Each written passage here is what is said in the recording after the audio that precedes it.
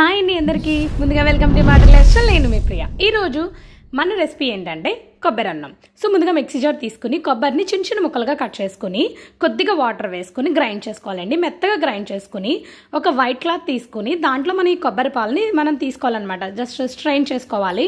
మనం మామూలుగా వడకొట్టే దాంట్లో కన్నా ఇలా క్లాత్తో తీసుకుంటే పర్ఫెక్ట్గా కొబ్బరి పాలు అనేవి వస్తుంది.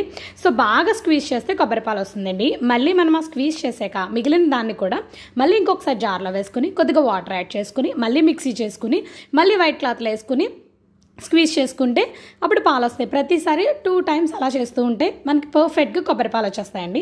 మాకైతే ఈ గిన్నె నిండా పాలు వచ్చాయి. మేమైతే మీడియం సైజ్ కొబ్బరికాయలు ఒక 6 తీసుకున్నాము. సో మాకైతే ఇన్ని వచ్చాయి. సో నెక్స్ట్ ఏంటంటే ఒక 3 యాలక్కాయలు, 4 లవంగాలు, 2 కొంచెం దాల్చిన చెక్క తీసుకుని కొంచెం జస్ట్ క్రష్ చేసుకుని పక్కన పెట్టేసుకుందామండి. నెక్స్ట్ మేమేంటంటే 2 kg రైస్ తీసుకున్నాము. సో ఇవి కూడా 2 సార్లు కడిగేసుకుని పక్కన పెట్టేసుకుని పుదీనా, కొత్తిమీరని కూడా బాగా శుభ్రంగా తీసేసుకోవాలండి. కడిగేసుకుని పక్కన పెట్టేసుకుందాం. నెక్స్ట్ ఆనియన్స్ కూడా చిన్న చిన్న ముక్కలుగా కట్ చేసుకొని పచ్చిమిరపకాయలు కూడా చిరుకల కింద చేసుకోవాలి. మేము ఈరోజు కొబ్బరి అన్నం రెసిపీ అయితే మా ఫ్రెండ్స్ అంటే మేమైతే 5 members మేమందరం కలిపి చేసుకుంటున్నాము. సో అలాగే ఇది కూడా మొత్తం అన్నీ మనకు కావాల్సిన ఇంగ్రీడియంట్స్ అన్నీ అయిపోయాక ఒక పెద్ద గిన్నె తీసుకోండి. అంటే 2 kg రైస్ పట్టేంత గిన్నె తీసుకొని దాంట్లో కొద్దిగా నెయ్యి, కొద్దిగా నూనె తీసుకోండి. మనమైతే ఇంకా స్టవ్ మీద పెట్టలేదండి, కింద నేల మీదే చేస్తున్నాం ప్రస్తుతానికి. సో దీంట్లో బిర్యానీ ఆకు, పచ్చిమిర్చి, జాపత్రి, యాలక్కాయ, లవంగాలు, దాల్చిన చెక్క అంటే జస్ట్ లైక్ బిర్యానీ సామాన్లన్నీ వేసుకుని మనం ఏ గ్లాస్తో అయితే బియ్యం, మేమైతే ఈ గ్లాస్తో 4 గ్లాసుల బియ్యం తీసుకున్నాం కాబట్టి ఇంచుమించుగా మేము 9 గ్లాసుల, ఇంచుమించుగా కాదు కరెక్ట్గానే విన్నారు, 9 గ్లాసులు కొబ్బరి పాలు తీసుకున్నాం. మాకైతే 6 గ్లాసులు కొబ్బరి పాలు వచ్చింది. రిమైనింగ్ 3 glasses నార్మల్ వాటర్ తీసుకున్నాము.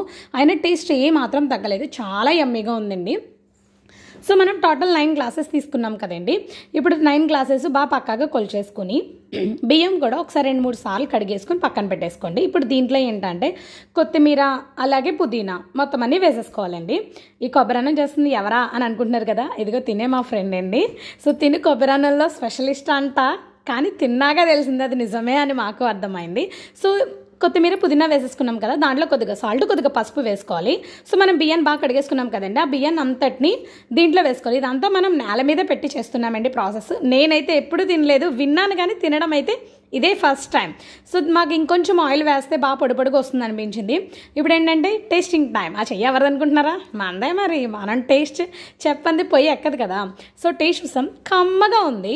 సో ఇదేంటంటే ఇంకా స్టవ్ ఆన్ చేసుకుని గిన్నె స్టవ్ మీద పెట్టేసుకున్నాము. ఒకసారి బాగా కలుపుకున్నాం. అలాగే మనం దంచుకున్నాం కదండి, అది కూడా వేసేసుకుని ఒకసారి బాగా కలిపేసుకుని మూత పెట్టుకుని ఒక 5 minutes ఆగాక చూడండి, నేను మళ్ళీ మూత తీసి ఓపెన్ చేసి చూపిస్తాను. అలా కొంచెం గుబగుబలు ఆడుతుంది అనమాట. అంటే పాలు బాగా మరుగుతాయి అనమాట, కొబ్బరి పాలన్నీ బాగా మరుగుతాయి అనమాట. దీంట్లో హైలైట్ ఏంటంటే పసుపు అనమాట అండి. మంచి కలర్ వచ్చే పసుపు వేసుకుంటే చాలా యమ్మీగా ఉంటుంది. సో అడికి పైకి బాగా కలుపుకొని మళ్ళీ ఇంకొకసారి మూత పెట్టుకుని అరౌండ్ టోటల్గా మాకైతే ఈజీగా 15 minutes పట్టిందండి.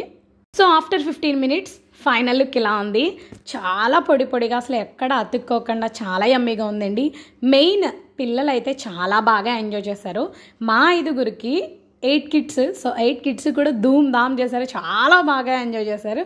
సో మీరు కూడా ట్రై చేయండి.